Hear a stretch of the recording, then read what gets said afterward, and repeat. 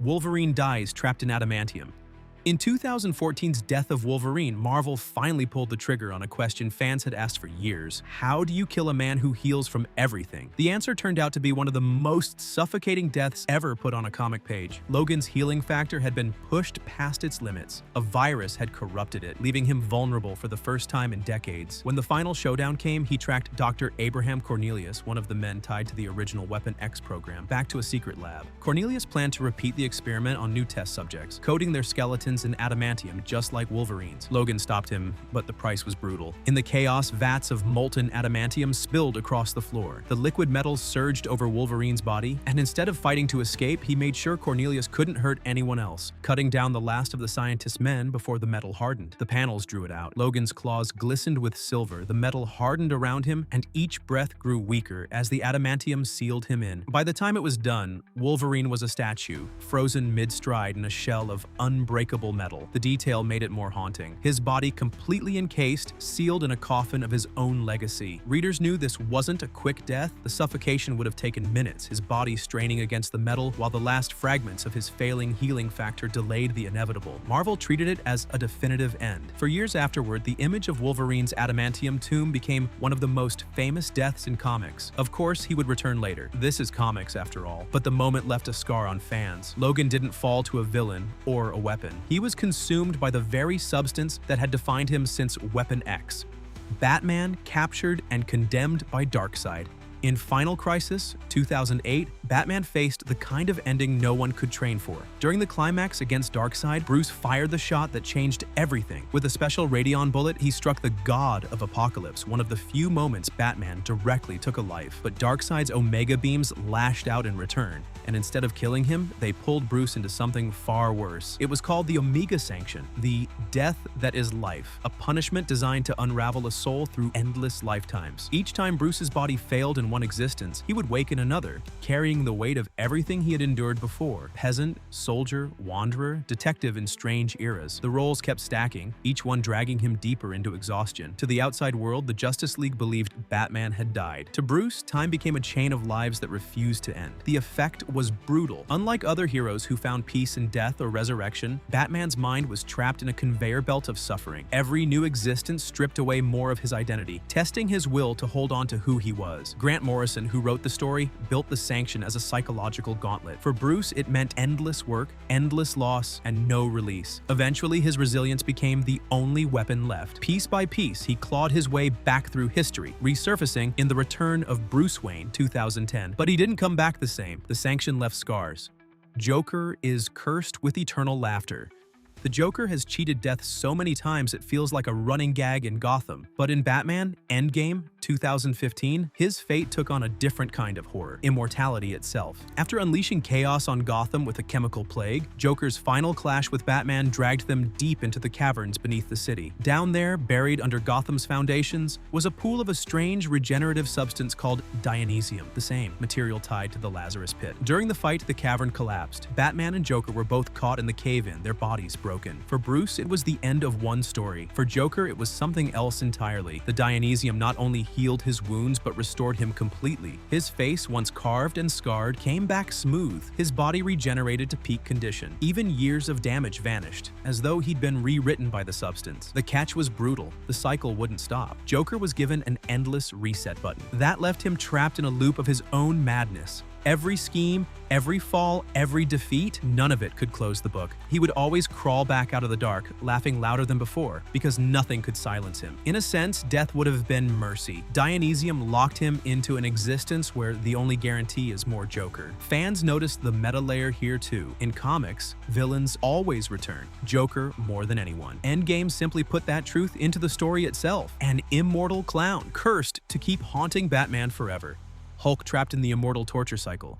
When Marvel launched Immortal Hulk in 2018, they turned him into a walking horror story. The series revealed a truth that rewired everything fans thought they knew about the Hulk. Bruce couldn't die. Not really. The answer was something called the Green Door, a metaphysical gateway linked to a dimension of death and resurrection known as the Below Place. Every time Banner's body was destroyed, the Green Door dragged him back. A bullet to the head, incineration, even being torn apart. None of it ended him. He would simply wake again, his body knitting itself back together, his mind carrying erasing every memory of pain. This changed the Hulk from a tragic superhero into something closer to a monster out of folklore. Villains and even allies tested the theory. Banner was dismembered, dissected, reduced to pieces. And still, the Green Door reopened, and he clawed his way back into the world. What looked like power on the surface was actually torment, a cycle where death stopped being an escape. The creative team leaned into the body horror. Panels showed his corpse stitched by shadows, organs reforming, bones snapping back into place. Readers were forced to confront the idea that the Hulk's curse was permanent. The mythology went further. The one below all, a cosmic entity tied to the Green Door, loomed behind every resurrection. Hulk's survival was part of a design, a larger plan where he would always be brought back to suffer, to fight, and to serve as a vessel for something darker. Across 50 issues, Immortal Hulk cemented itself as one of Marvel's most unsettling modern runs. It showed that Bruce Banner's real curse was knowing that no matter what happened to his body, the Green Door would open and the torment would begin again. Jason Todd rises from the Lazarus Pit.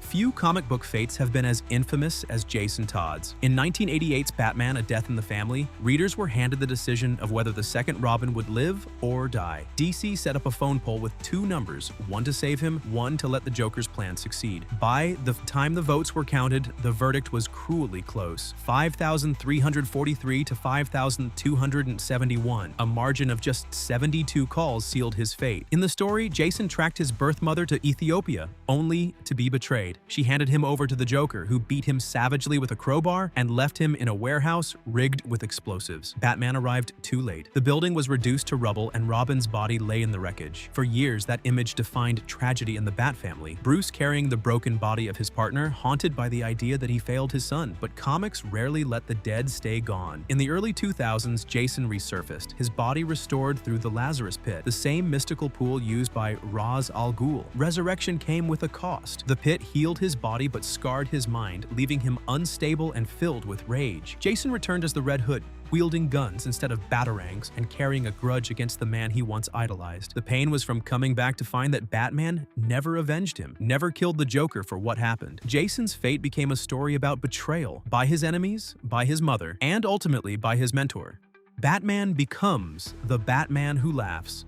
In 2017's Dark Knights, Metal, DC introduced a version of Bruce Wayne that turned every nightmare of Gotham upside down. It came from the dark multiverse, a place where broken realities collapse under the weight of failure. And in one of those worlds, Batman finally killed the Joker. The death wasn't a victory. Joker's body released a special strain of toxin designed to infect anyone who killed him. Bruce inhaled it, and over time, his mind and body began to twist. His discipline, strategy, and intelligence remained intact, but his morality dissolved. The result was a hybrid that carried Batman's tactical genius and Joker's chaos. This new figure called himself the Batman who laughs. His face was hidden behind a spiked visor, his mouth permanently fixed in a grin. He commanded twisted versions of Robins chained like feral dogs, and his arrival in the main DC universe marked one of the most terrifying threats the heroes had ever faced. He knew their tactics, their weaknesses, their secrets, because deep down he was still Bruce Wayne. What made this fate so disturbing was its inevitability within the story. Bruce had always sworn never to cross the line into killing. In the dark multiverse, the moment he did, his entire identity collapsed. Instead of dying a hero, he lived on as a predator with no restraint, spreading death in ways the Joker never could have dreamed of. The Batman who laughs became the centerpiece villain of Dark Knights, Metal, and later his own series. He lost himself and became the very monster he spent his life fighting.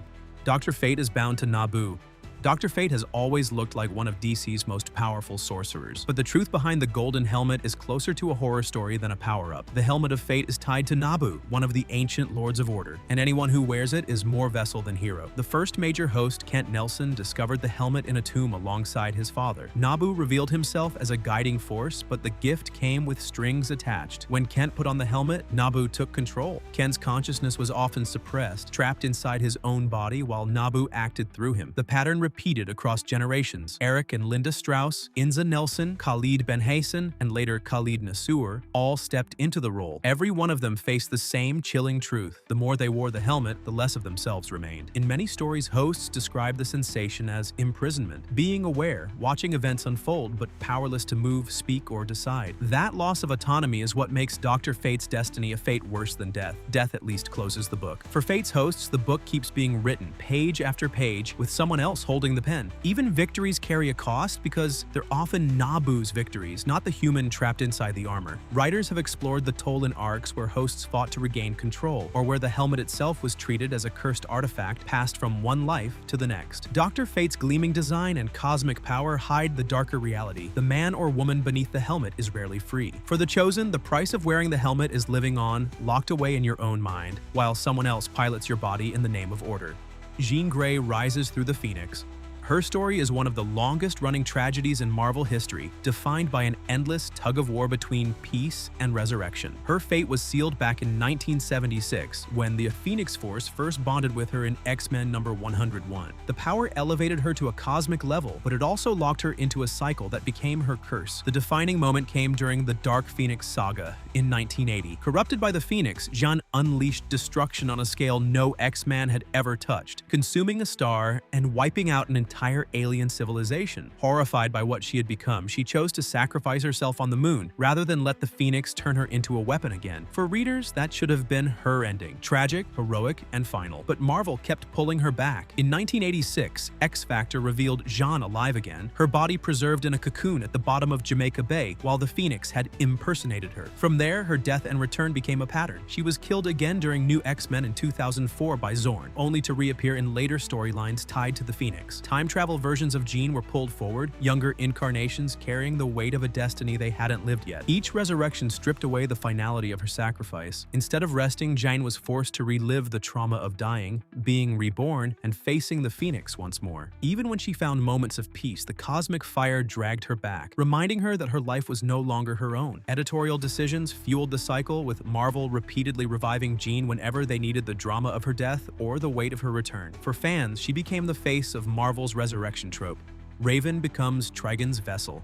Raven's entire life has been shaped by one truth. She was born as the daughter of a human woman and the interdimensional demon Trigon. From the moment of her birth, her fate was written. She would always be tied to her father's power, no matter how hard she tried to resist. First appearing in DC Comics Presents number 26 in 1980, Raven joined the Teen Titans as both a healer and an empath, able to absorb and soothe the emotions of others. But those same powers left her vulnerable. Whenever she tapped into them, she risked opening a channel to Trigon, and Trigon never stopped reaching back. Her storylines often circle the same torment. Every time Raven tries to live freely, her father uses her as a conduit. At her lowest points, she becomes his vessel, her soul overridden by his corruption. The Titans have watched her transform under his influence, her body warped into a demonic form as Trigon's essence pours through her. The worst part is that Raven stays aware during these transformations, conscious of the pain she causes but unable to stop it. Writers have shown this tug-of-war in arcs like the New Teen Titans and later in Titans Hunt and Teen Titans.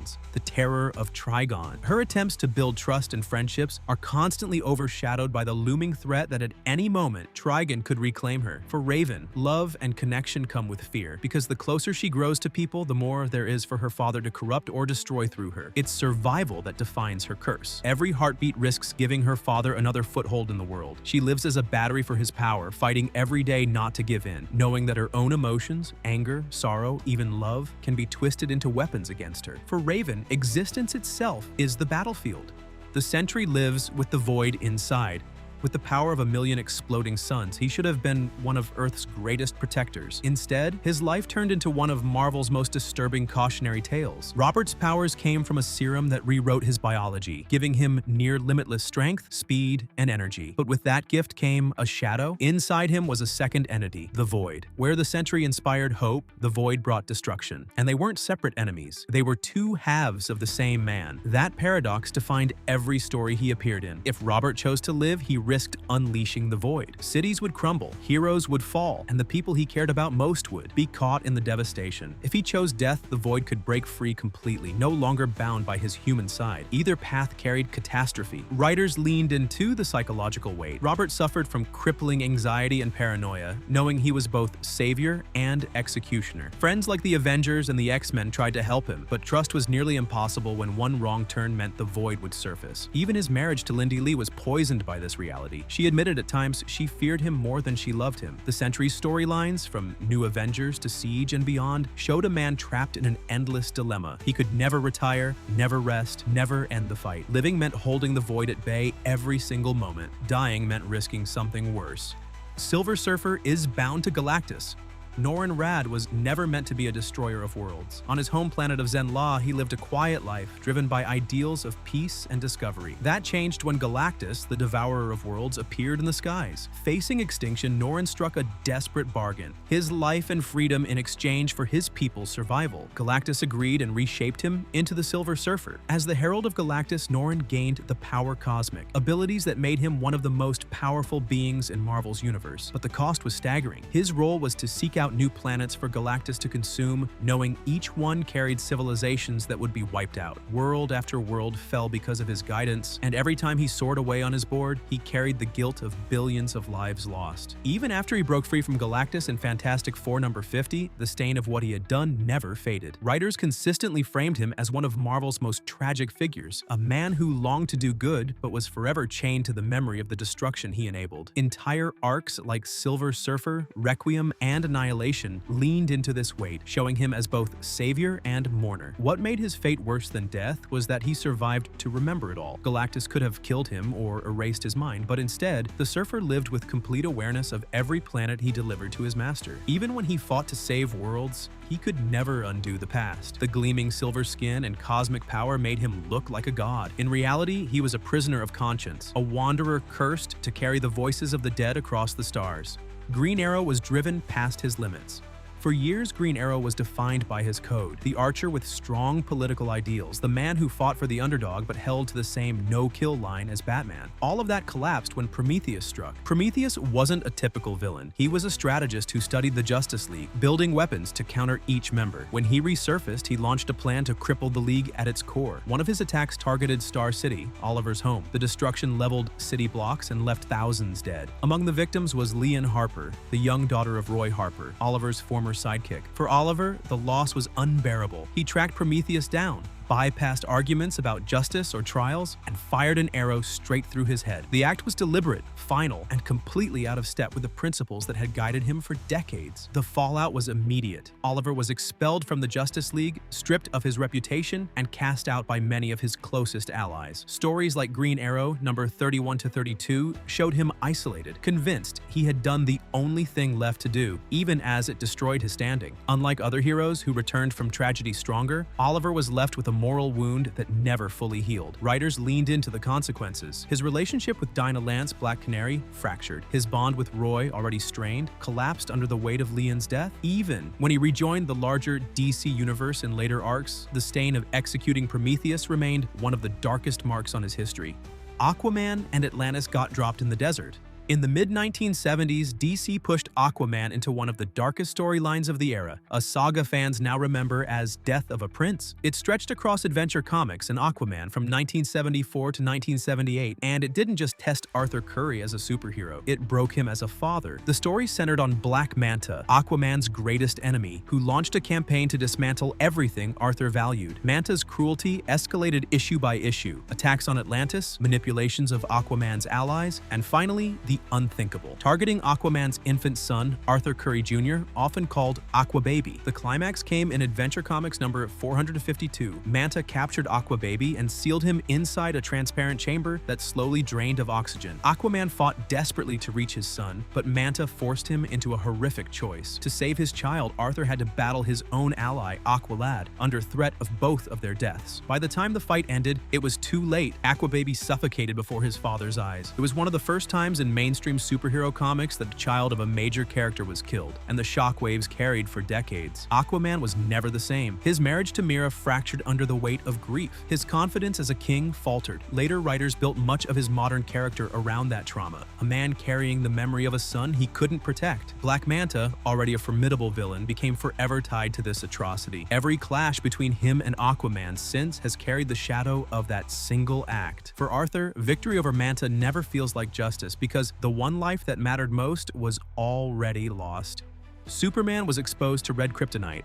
Among all the strange minerals tied to Krypton, red kryptonite stands apart as the cruelest. Unlike green kryptonite, which weakens Superman physically, the red variety doesn't kill, it warps. First introduced in the Silver Age, its effects were unpredictable, shifting with each exposure. And every time Clark remained fully aware of what was happening to him, writers used red K to explore scenarios that bordered on horror. In some stories, his body mutated grotesquely, sprouting new forms, shrinking or splitting into multiple versions of himself. In others, it struck at his mind, twisting his emotions until he lashed out at allies or lost all sense of judgment. A 1960 tale in Adventure Comics even had him grow a grotesque ant head, while later arcs made him paranoid, reckless, or consumed by overwhelming anger. What made it worse was that Superman never knew what version of himself would surface. Each encounter was like rolling dice with his sanity and identity. And through it all, he remained conscious, trapped inside a body or psyche that he could no longer control. Enemies didn't have to beat him. Red kryptonite turned him into a danger to the very people he swore to protect. The torment wasn't always short-term either. Some exposures lasted hours, others days, creating entire stretches where Superman lived as something alien to himself. The fear of it became part of the mythos, the strongest man alive, undone not by death, but by losing trust in his own body and mind. Later eras toned down the bizarre mutations, but the core of red kryptonite's curse stayed the same. It reminded readers that even Superman, the symbol of control and hope, could be twisted into something terrifying. And unlike a clean death, red K left him alive, awake and powerless against what he was becoming.